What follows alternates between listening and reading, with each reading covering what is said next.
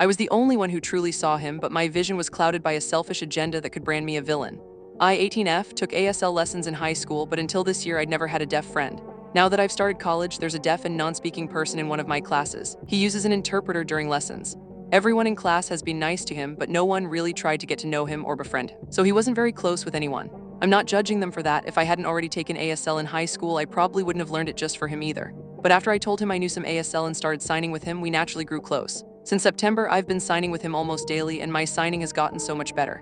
Anyway, about a week ago, he suggested that I start taking ASL lessons again. I jokingly signed, "That's what you're for." I laughed right after I signed it, but maybe because my signing was off, I don't know, he took it seriously and got offended. I immediately apologized and explained it was just a joke. He said he understood and even apologized for getting upset in the first place. He acted a bit distant for a couple of days, but eventually got over it and we're completely fine now. But today, one of my other friends told me he'd noticed Nolan and I had been a bit distant lately and asked if everything was all right.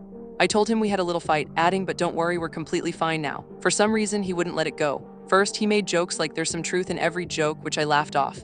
But then he said something like, "I knew you wouldn't hang with a guy like him for no reason." I was like, "Excuse me." I told him that was such a rude thing to say, and he just said it was the truth. I called him out for being a bigoted asshole and an ableist, which I guess got under his skin. He snapped back at me saying I'm not one to talk, that I'm worse than him, and that I'm taking advantage of a disabled guy and using him for my own benefit. AITA, this story challenges us to consider, when does a mutually beneficial connection become using someone? And how much do intentions truly matter? Share your perspective on this delicate balance.